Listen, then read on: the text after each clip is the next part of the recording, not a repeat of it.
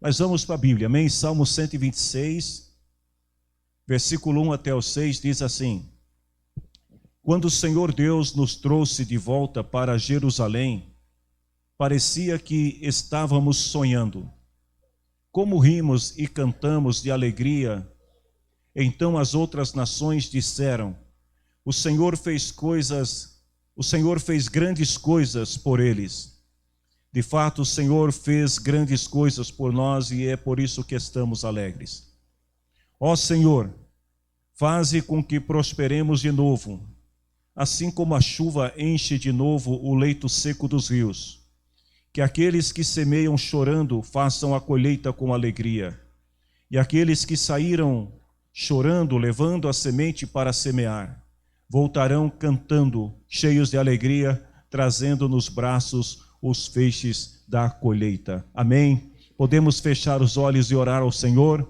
Em nome de Jesus Cristo, nós te louvamos, Senhor, por esta noite, por cada vida que se encontra aqui reunida neste templo, prestando o seu culto, a sua adoração exclusiva ao Senhor. Só o Senhor merece. Meu Deus, nós te louvamos pelas canções que foram apresentadas em tua honra.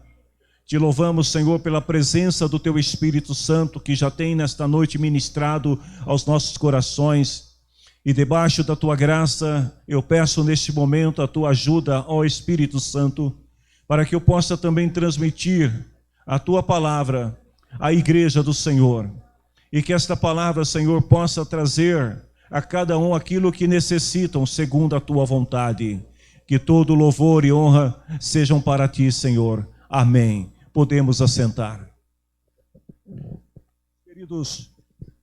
Meus queridos irmãos, o Salmo 126 é uma canção que fala sobre o regresso do povo judeu do exílio na Babilônia.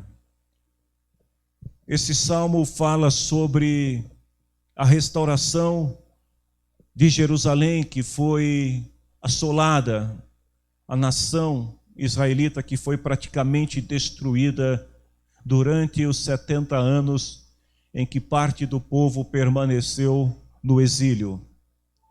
O Salmo 126, ele está dividido em 3 partes.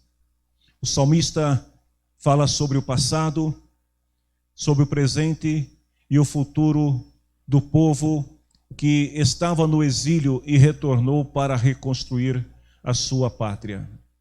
Lá no versículo 1 até o versículo 3, nós temos aí o salmista falando sobre a alegria daqueles que retornaram do exílio. O salmista olha para o passado e ele descreve uma cena de alegria. Eu diria que uma cena de profunda alegria de um povo que tinha acabado de receber a liberdade, que foram libertos do cativeiro. Quando este povo sai da Babilônia e chegam na sua pátria, eles estão felizes, eles cantam, eles dançam nas ruas, nas praças, eles tocam seus instrumentos, eles sonham com a reconstrução da nação.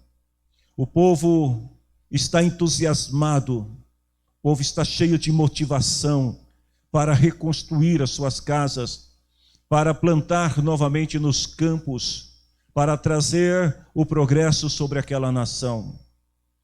O retorno do exílio, na verdade, é apenas o início de um novo tempo que Deus estava preparando para aquele povo.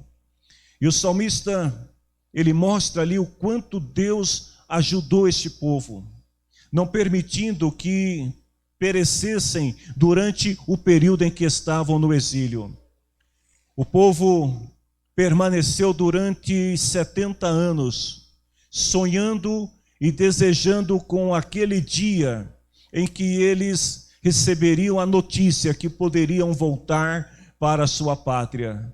E de repente, inesperadamente, a notícia chega até o povo Então o salmista fala que para eles, aquele momento foi como um sonho. Imagine o povo sonhando 70 anos, imaginando este grande dia. E de repente chegou o grande dia. Durante o período de exílio, o povo foi afastado de seus parentes, foram removidos de suas casas. Algumas dessas pessoas tinham as suas ocupações, os seus trabalhos. Alguns estavam envolvidos em projetos pessoais. E de repente todos eles são levados embora, cativos, para uma terra estranha, totalmente diferente, onde a cultura, onde a religião, onde o culto, onde a língua, né, o idioma, o sistema político, tudo era diferente. E o povo precisa se adaptar para continuar vivendo e esperar o grande dia em que seriam libertos. Então vejam, queridos, que durante esse período, o povo, ele se adapta à cultura da Babilônia para não morrerem. E mesmo assim eles sofrem muitas humilhações por causa da sua fé em Deus. Durante 70 anos de exílio, uma grande parte daqueles que foram levados para o cativeiro morreram. Muitos deles não tiveram a oportunidade de ver este sonho se concretizar. No mesmo tempo, também muitos outros nasceram no exílio. E esses que nasceram na Babilônia não conheciam a pátria de seus pais. Mas eles sonham, eles desejam o dia em que eles poderiam regressar. Nós podemos comparar este exílio da Babilônia com a nossa condição enquanto pecadores distantes de Deus. Vejam, queridos, que o pecador que está afastado de Deus, distante de Deus, o seu espírito geme em seu interior, desejando voltar, regressar para Deus, que é a sua origem. Mas a escravidão do pecado não permite que isto aconteça. Então a pessoa, ela sonha, ela deseja se libertar. Alguns tomados, escravizados pelas drogas, escravizados pelo espírito da violência, pelo espírito da mentira. A pessoa deseja ardentemente em seu coração se libertar de toda a maldade que a consome, mas ela não consegue, porque ela está escrava. Então em sua alma ela deseja, ela anseia por liberdade. E um dia, quando menos se espera, esta pessoa é exposta à palavra de Deus, a palavra que liberta, a palavra que perdoa, a palavra que revela o quão maravilhosa é a graça de Deus. Então a pessoa aceita pela fé Cristo, ele aceita a palavra do Senhor, e ele se torna livre de tudo que antes o dominava. E agora a pessoa começa então a percorrer o caminho que vai levá-la de volta para Deus. E quando a pessoa se sente liberta deste passado de pecado, quando a pessoa se sente liberta do vício que a consumia, ela se sente alegre, ela se sente feliz. Muitos de vocês aqui passaram por esta experiência.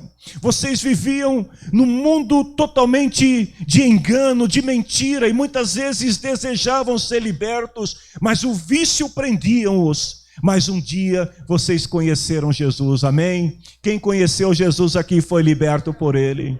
Ah, queridos, e quando isto aconteceu, há um hino que diz assim, que no dia que eu conheci Jesus, a minha vida se transformou, agora eu sou feliz. Esta alegria, ela contagia o coração do homem e da mulher que foi liberto. Queridos, pessoas que foram libertas de pecados horríveis, de pecados que não merecem ser citados, que você gostaria de nunca mais se lembrar deles. Então, quando isso acontece, a vida do pecador que recebe a Cristo e que passa a trilhar no caminho de Jesus é como alguém que estava andando em densas trevas e de repente se vê num caminho iluminado. Vejam, queridos, que a transformação do povo de Israel em escravos para livres chama a atenção das nações. O salmista vai dizer que quando as nações veem o que está acontecendo com aquele povo, que antes por 70 anos esteve oprimido, escravizado, e agora o povo está retornando para a sua nação, para a sua pátria. As nações vizinhas então começam a dizer: o Senhor fez grandes coisas por eles. Ou seja, fazendo, queridos, essa comparação com o poder transformador do Evangelho de Cristo, de alguém que aceitou, de alguém que recebeu a graça de Deus. As pessoas olham para você e já não veem mais um escravo. As pessoas olham para você e já não veem mais alguém subjugado pelo poder do inimigo. As pessoas olham para você e já não veem mais em você aquela pessoa que vivia oprimida pelo poder das trevas. Quando as pessoas olham para o homem e para a mulher que aceitou a Cristo, sabe o que eles veem? Um homem e uma mulher transformado pela graça de Deus. Então as pessoas dizem: fulano de tal mudou, olha, fulano de tal agora é um novo homem, é uma nova mulher. E por causa dessa transformação, o nosso coração salta de alegria, como os filhos de Israel saltaram de alegria quando se viram livres das amarras da escravidão. O povo sonhava com este dia. Eles sonhavam com os dias melhores. Eles sonhavam com o dia em que os seus filhos poderiam conhecer a sua pátria. E de repente a sentença de Deus vem sobre aquele povo, uma sentença que traz a liberdade para o povo. E eles começam então a caminhar agora em direção à liberdade. O povo que tanto sonhava com a liberdade, agora eles estão vivendo esta liberdade. E aí o salmista fala: nós estávamos, ou nós nos sentíamos como alguém que estava sonhando. Sabe, como alguém que achava que era impossível ter a sua vida transformada. Como alguém que achava impossível que a sua vida pudesse ser mudada para melhor, e de repente tudo muda. Então eles estavam como que sonhando. Queridos, é isso que o Evangelho faz na vida das pessoas. O Evangelho transforma. O Evangelho te coloca num caminho da reconstrução. O povo teria que enfrentar muitos inimigos, é verdade. O povo teria que manter o ânimo firme, porque precisavam reconstruir a cidade. Mas diante do povo estava uma promessa, e eles então estão felizes. E quando eles entram na terra, eles não olham para os escombros, eles não olham para as muralhas que estão caídas, eles não olham no primeiro momento para os campos que foram tomados pela vegetação.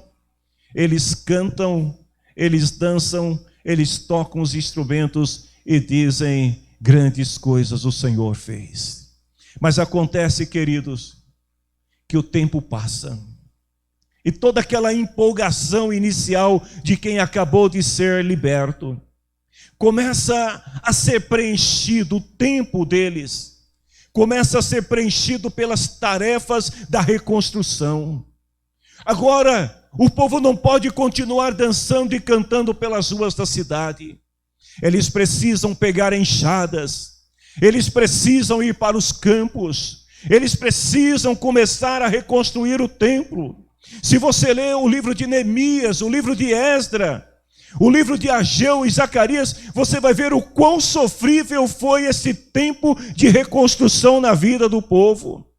E então, diante desse cenário, o olhar do salmista sai do passado e vem para o presente. E no presente ele percebe o quanto o povo estava precisando ser renovado. Então ele ora ao Senhor e ele fala assim: ó Senhor, versículo 4, faze com que prosperemos de novo, assim como a chuva enche de novo o leito seco dos rios. Ou seja, a alegria e o ânimo que aquele povo teve no momento da libertação já não é a mesma alegria que eles sentem com o passar dos anos. Porque os primeiros anos foram maravilhosos, a lembrança de um passado recente do qual eles foram libertos. Mas agora eles precisam trabalhar, eles precisam reconstruir. Então vejam, queridos, que naquele tempo o povo começa a trabalhar, mas imagine você trabalhar muito e receber pouco, porque a economia estava escassa, os problemas eram muito. Então o povo chora, o povo reclama, o povo sente tristeza por causa de todo o sofrimento imposto a eles depois que foram libertos. O povo estava livre, mas eles precisavam fazer duas coisas. Primeiro, eles precisavam reconstruir. Segundo, eles precisavam construir. Como assim? As duas coisas são bem diferentes. Vejam que reconstruir remete àquilo que eles tinham no passado. As casas, os campos, as ruas, as praças, o templo, os muros que precisavam ser reconstruídos. Mas junto com aqueles que voltaram do exílio, haviam novos judeus, nascidos na Babilônia, que não tinham casas e era necessário também construir coisas novas. Ou seja, sabe o que eu aprendo com esta lição? Que Deus, Ele não quer apenas restaurar aquilo que você perdeu, aquilo que o inimigo tirou da tua vida durante o tempo em que você esteve sob o domínio dele. Deus quer também te dar a oportunidade para construir coisas novas, tanto para você, quanto para a sua família, quanto para as pessoas ao seu redor. Então vejam que o salmista, ele louva a Deus. No versículo 1 ao 3, ele está louvando a Deus pela libertação. Mas quando chega no versículo 4, ele está orando a Deus por renovação. Primeiro ele agradece a Deus quando olha para o passado, mas quando ele olha para o presente, ele percebe que o povo livre estavam numa cidade destruída, que o povo livre precisava trabalhar muito, empreender muito. Então por isso o salmista, ele diz assim: Senhor, faz de novo. Noutra versão diz assim: restaura, Senhor, a nossa sorte. Qual o significado da palavra restaurar? É você possuir de novo algo que foi perdido, algo que o inimigo tirou de você. O pecado desonra a pessoa, o pecado humilha a pessoa, o pecado rouba os bens da pessoa. O pecado rouba o seu tempo. Você perde quando está sob o domínio do pecado. Mas quando você está sob a graça de Deus, Deus restaura e Deus dá tudo novo para você. Esta oração de restauração, queridos, ela faz também a gente lembrar do momento em que nós aceitamos a Jesus. Você lembra do dia que você aceitou Jesus? Você lembra do dia que você desceu as águas de batismo? Você lembra do seu primeiro ano nesta caminhada de fé, como foi? Você tinha este mesmo ânimo que tem hoje? Você tinha o mesmo sorriso que você tem hoje? Talvez muitos não. Você queria todo dia estar na igreja. Você queria participar de tudo que tinha na igreja. Se tem espaço, você estava dentro. Você olhava para os irmãos cantando, as irmãs cantando, e desejava ser como eles. Você via alguém pregando e dizia: eu quero ser um pregador. Você desejava ardentemente o ministério, teu coração ardia pelas coisas de Deus. Mas aí sabe o que acontece, queridos? Nós começamos a enfrentar dificuldades, problemas desse processo de reconstrução de uma nova vida em Cristo. Porque quando a pessoa vem para Jesus, a exemplo do povo judeu que volta para a sua pátria, as casas estavam destruídas, a cidade estava destruída. Então, as coisas não acontecem num passe de mágica. Você vai precisar de um tempo para começar a reconstruir, para começar, de repente, trabalhar de novo em alguns projetos que se perderam, que o diabo tirou de você. Você vai precisar reconstruir os relacionamentos que se perderam. Então você começa a trabalhar. E aí, queridos, nesse processo de reconstrução, nós precisamos manter a alegria e o ânimo sempre aceso no nosso coração. Eu quero falar sobre alguns tipos de alegria que nós perdemos depois que saímos da Babilônia, depois que nós aceitamos a Jesus e passamos a caminhar nesta vida de fé. Alegria que nós precisamos tomar muito cuidado para não perder. E o primeiro dele é a alegria da salvação. Como assim? Vejam bem, este é um perigo. Principalmente para quem é crente há muito tempo. Perder a alegria da salvação. O momento da conversão é algo maravilhoso. É fervoroso. Mas aí a alegria inicial passa. Vai embora. Os desafios vêm. A pessoa começa a perder o encanto pela conversão que ela teve no passado. E aí, sem que ela perceba, ela vai devagarzinho, vai perdendo ânimo, vai perdendo alegria, vai perdendo o entusiasmo. Lá no Salmo 51, versículo 12, o salmista, ele teve esse sentimento. E ele percebeu o quanto estava distante de Deus, a ponto de dizer assim: Senhor, dá-me novamente a alegria da tua salvação. Vejam que ele tinha perdido a alegria da salvação. As coisas estavam se tornando mecânicas na vida dele. Já não era o mesmo entusiasmo, o mesmo fervor, queridos. Nós precisamos tomar muito cuidado para não perdermos a alegria da salvação. Segundo, é a alegria da vitória espiritual. Esta alegria, ela surge na vida do crente depois que ele está caminhando na fé e ele passa a ter consciência do que é o pecado. E aí a palavra de Deus começa a falar ao seu coração e começa a tratar alguns detalhes da sua vida, alguns pecados contra os quais você está lutando e que precisa se libertar deles. Você sabia que tem crente que às vezes tem anos dentro da igreja e ainda não tem consciência do pecado? Mas quando ele começa a ser exposto à palavra de Deus, o Espírito Santo vai trabalhando em áreas de nossas vidas. E aí a gente começa a ter consciência de coisas que precisamos melhorar.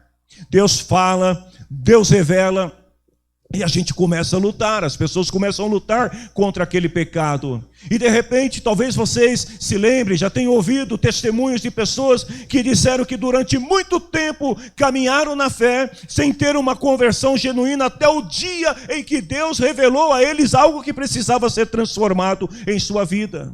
E aí a pessoa muda, ela consegue vencer aquela falha, ela consegue vencer aquela fraqueza e ela se sente então vitoriosa espiritualmente, porque ela venceu o pecado. Mas deixa eu te falar uma coisa, queridos. A alegria de vencer um pecado que antes te dominava dura pouco. Por que dura pouco? Porque logo a palavra vai te revelar outros pecados que você precisa também se corrigir. Porque quando você vence um, o diabo começa a te assediar com o outro. E aí você vai descobrindo que existem mais falhas e que você precisa corrigir. E aí chega uma hora, existem pessoas que chega um momento que eles jogam a toalha. Literalmente, eles dizem: chega, não dá mais para mim. Eu não consigo ser crente desta maneira. Eu não consigo continuar vivendo esta vida cristã desta maneira. E aí a pessoa cede, ela se entrega. E ela perde a alegria pela vitória espiritual. Ela perde o prazer em vencer e triunfar sobre as fraquezas, sobre as falhas que surgem na sua vida. E deixa eu te falar uma coisa: todos nós estamos sujeitos a essas falhas. Porque todos os dias nós estamos lutando contra essas falhas. E quando nós vencemos uma, daqui a pouco já tem outra coisa acontecendo. E você precisa manter esta alegria espiritual pela vitória acesa no teu coração, para que você não perca de maneira alguma a esperança de vencer, de triunfar, como Paulo diz lá em 2 Coríntios 12, 14. Olha o que Paulo fala: eu me alegro também com as fraquezas. Porque todas as vezes que Paulo, ele se via-se diante de uma fraqueza, ele diz assim: quando eu perco toda a minha força, aí eu descubro que eu tenho a força de Cristo em mim. Queridos, que você seja um homem e uma mulher vitorioso espiritualmente sobre o pecado, porque quando você não pode, lembre-se disso, a força de Cristo que está em você vai te ajudar e você vai vencer e vai triunfar sobre qualquer falha. Glória a Deus. Outra alegria que nós não podemos perder, a alegria da comunhão cristã. Queridos, ter comunhão cristã é algo maravilhoso. Eu confesso para vocês que nesses últimos dias eu tenho me alegrado muito aqui na igreja, quando eu ouço o barulho dos irmãos conversando. E olha, crente não fala baixo, mas é uma bênção de Deus quando um começa a falar de um lado do outro, e nas reuniões de culto, e as crianças correm para lá e correm para cá. Queridos, isto é maravilhoso, manter esta comunhão, sabe? Eu penso que a comunhão cristã aqui na igreja é o que nós temos de mais próximo daquilo que será no céu. A nossa comunhão aqui, esse momento que nós passamos juntos, que nós celebramos, se compara com aquilo que nós teremos na eternidade. Então ela não pode se perder. Mas às vezes nós perdemos esta comunhão. Por que nós perdemos? Às vezes uma fatalidade que acaba nos acometendo, algum problema dentro da igreja, às vezes até mesmo a morte de alguém em quem nós nos espelhávamos, que a gente tinha como um exemplo de fé, e de repente perdemos essa pessoa. Às vezes por causa do pecado de alguém, nós acabamos perdendo esta comunhão, nós rompemos este relacionamento de fé. Queridos, escutem isso. Eu já vi igreja inteira ser destruída por causa do pecado de uma pessoa. Às vezes uma falha de ela pode afetar drasticamente toda a comunhão daquela igreja. E nós também podemos perder esta alegria quando nós deixamos de congregar. Por isso que o escritor aos Hebreus, no capítulo 10, versículo 25, ele fala assim: não abandonemos o costume de assistir às nossas reuniões. E aí ele diz assim: animemos-nos uns aos outros. Ou seja, nós não podemos deixar apagar esta alegria pela comunhão. E quando um de nossos irmãos falta no culto, o que nós temos que fazer? A palavra diz: animar o outro. Ou seja, é ligar para o outro, é visitar o outro, é falar com o outro, animar ele, para que ele não perca este espírito, esta alegria de comunhão. E a quarta alegria que nós não podemos perder é a alegria de um novo projeto ministerial. Deixa eu fazer uma pergunta aqui para vocês. Quantos de vocês aqui que já começaram um projeto ministerial, começaram a fazer algo novo no reino de Deus e pararam no meio do caminho? Não levante a mão, por favor. Você começou cheio de entusiasmo. Uau, agora vai. Vou fazer, olha, vai ser tremendo. A alegria que te contagiou no início foi muito grande. Mas de repente essa alegria acabou. E por que a alegria acabou? Porque surgem problemas. O que é natural, por exemplo, problemas com os membros da equipe. Ou às vezes até falta de pessoas na equipe. Às vezes os problemas com falta de recursos. Então você começa todo entusiasmado, e eu sempre digo para os irmãos aqui, quando falam de projetos ministeriais, eu falo: não conte com o outro. Você precisa manter a tua alegria, o projeto, a visão que Deus te deu. Você não pode ficar contando com o outro, mas infelizmente nós somos humanos, e a gente conta. E aí a gente perde essa alegria. Às vezes o cansaço do trabalho A falta de apoio rouba a empolgação de quem está à frente da liderança. Quem aqui já começou um projeto ministerial e de repente o próprio grupo te jogou para baixo? As próprias pessoas que deveriam te motivar acabaram te desanimando. Olha o que a Bíblia diz em Hebreus capítulo 13, versículo 17. Os líderes podem perder esta alegria. Diz assim: obedeçam aos seus líderes, sigam as suas ordens, pois eles cuidam sempre das necessidades espirituais de vocês, porque sabem que vão prestar contas a Deus. Então você imagine o líder de um ministério, que está todo empolgado, cheio de alegria, fazendo tudo com amor. Aí ele reúne o time, a equipe, para fazer alguma coisa. E ele está fazendo como alguém que vai prestar contas a Deus. Mas aí olha o que o escritor aos Hebreus diz: se vocês obedecerem, eles farão com alegria. Queridos, é bom quando você tem um time coeso, não é? Que o líder fala assim, vamos, e o grupo vai. Quando o líder fala para, e o grupo para. Quando o líder diz avancem, o grupo avance. Mas olha o que ele diz: mas se vocês não obedecerem, eles farão com tristeza. E aí aquele seu projeto ministerial que você tanto sonhou, que começou com tanto entusiasmo, de repente o líder diz assim, vamos, e o povo não vai. O líder diz, é agora, e o povo não aparece. Aí olha o que o escritor aos Hebreus diz, ele vai fazer. O líder que mantém a sua alegria motivada, ele vai fazer. Mas ele vai fazer com uma tristeza muito grande, e isso não vai ajudar ninguém. Então que você mantenha aceso no teu coração também a alegria pelas coisas que você está fazendo no reino de Deus. Não falte nos ensaios do seu ministério. Não deixe de participar nas reuniões dos grupos que você participa. Mantenha a sua alegria sempre acesa, porque se você fizer isso, aqueles que estão liderando também farão com alegria.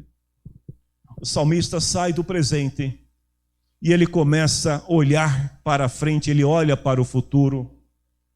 Queridos, é muito bom quando a gente, tomado pelo Espírito de Deus, quando a gente, tomados, empoderados por uma fé, por uma confiança em Deus, começamos a olhar para frente como o salmista olha aqui no versos 5 e 6. Olha o que ele diz: aqueles que semeiam chorando, façam a colheita com alegria.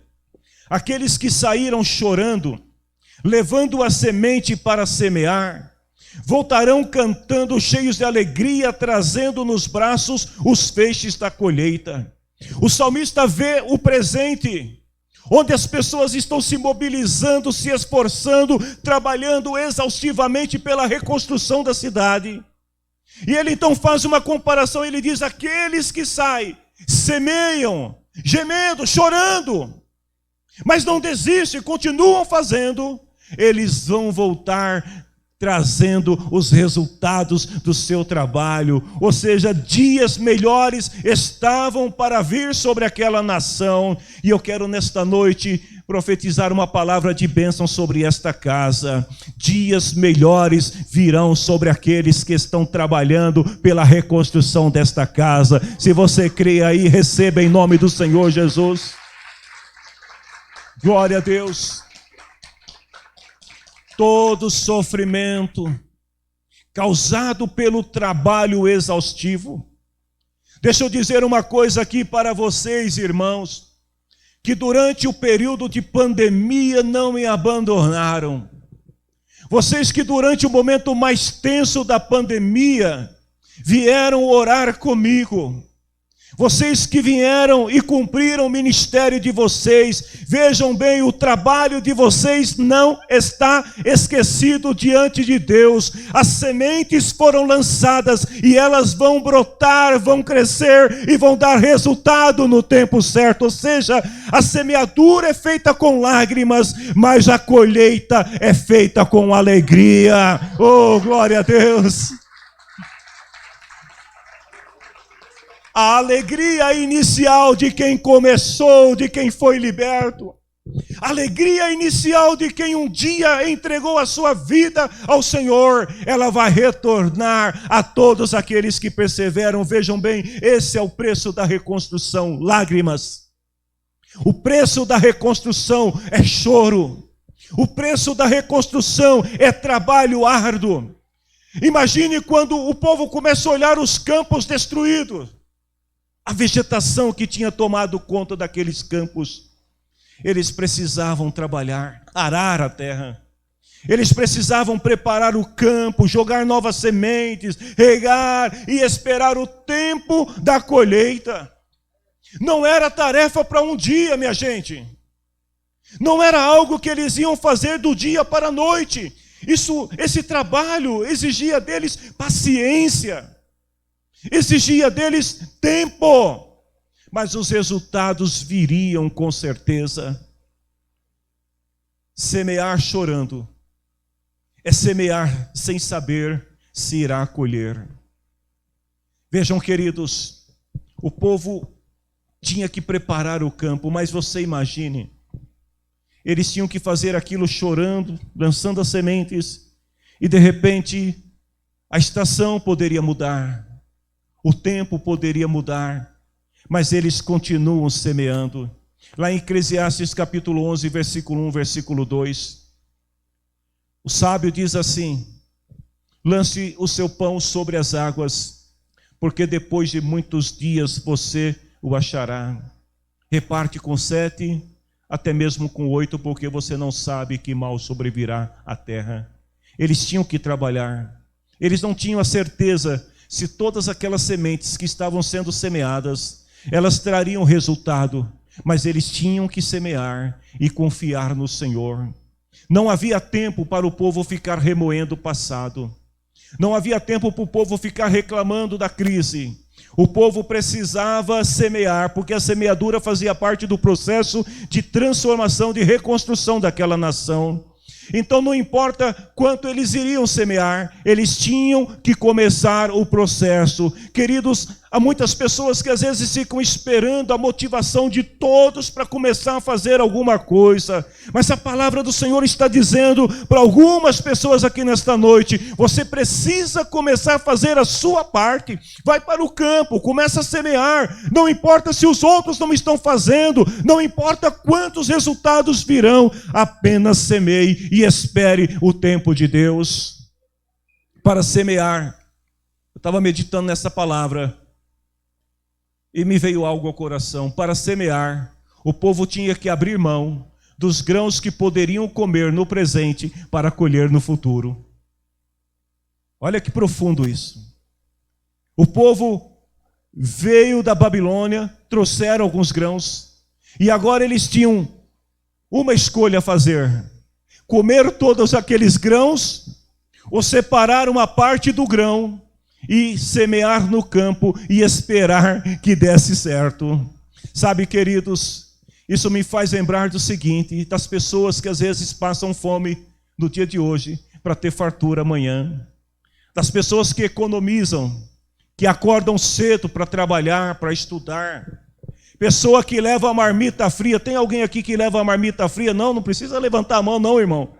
Mas leva a marmita fria para não gastar dinheiro em restaurante, para economizar pelo bem da família. A pessoa que às vezes trabalha exaustivamente mais do que outros, porque sabe o dar valor ao dinheiro que ganha, ainda que seja pouco, e ele sabe que se aquele pouco for investido da maneira correta, lá na frente vai ter alguma coisa. Então essa pessoa é aquela que entende que a colheita, ela depende de sacrifício, ou seja, do sacrifício que você estiver disposto a fazer hoje.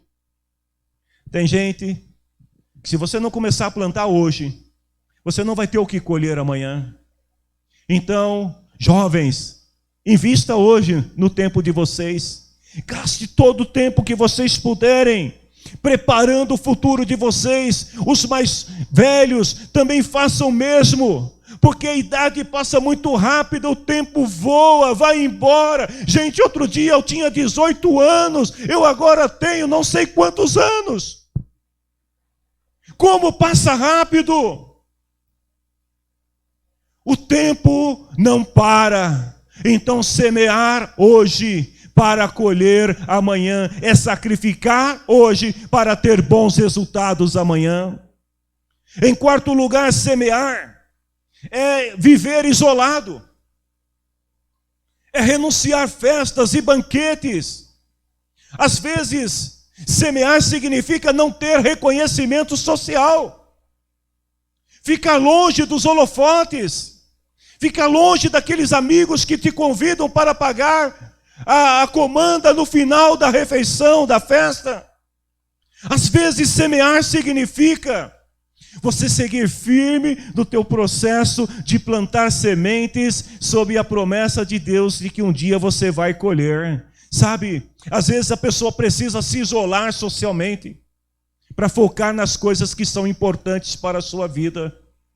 Eu estava um dia pensando sobre a minha juventude na igreja, e eu fiquei pensando e falei assim: Senhor, se eu tivesse guardado todo aquele dinheiro que eu paguei churrasco para os outros e que depois viraram as costas para mim, olha, eu teria um bom dinheirinho guardado. Jovem, foque nas coisas que são importantes. Os bons amigos serão bons amigos com você pagando a conta ou não. Meus irmãos, os bons colegas serão teus amigos, independente de você dar alguma coisa para eles ou não, porque a amizade não tem preço. Noé e a sua família tiveram que se isolar para entrar na arca. Enquanto todo mundo estava lá comendo, bebendo e fazendo festas, Noé e a sua família estavam lá trabalhando e preparando a arca que trouxe salvação a eles. Elias, ele para ouvir a voz de Deus precisou se isolar numa caverna, porque no meio dos outros profetas, ou ali ouvindo notícias negativas de Jezabel, ele não estava conseguindo ouvir a voz de Deus. Mas quando ele vai para a caverna e ele fica ali sozinho, o Senhor então fala com ele. Jesus, antes de começar o seu ministério, precisou se preparar. E sabe aonde Jesus foi se preparar? No deserto, sozinho com Deus, orando, jejuando e buscando um direcionamento acerca do que Deus queria que ele fizesse. Semear, em quinto lugar, é reconhecer que a vida é feita de bons e maus momentos. E aí vem uma coisa importante: os maus momentos podem se tornar os melhores momentos da sua vida. Existem coisas que acontecem na vida que você julga como sendo uma coisa ruim no presente, mas esta coisa ruim pode ser a melhor coisa na tua vida no futuro. Lá em Tiago capítulo 5, versículos 7 e 8, o apóstolo Tiago fala assim: irmãos, tenham paciência. E no finalzinho lá do versículo 8 ele fala assim: vocês precisam ter paciência, não desanime. Ou seja, aproveite cada momento da sua vida, porque os maus momentos de hoje poderão ser os bons momentos de amanhã. E por último, para terminar esta palavra, semear com lágrimas é fazer o que é preciso ser feito sem reclamar. É você focar naquilo que é importante e fazer sem reclamar. Consagrar o teu tempo e o teu trabalho a Deus, sabendo que Ele tem um futuro bom para você. 2 Crônicas 15, 7.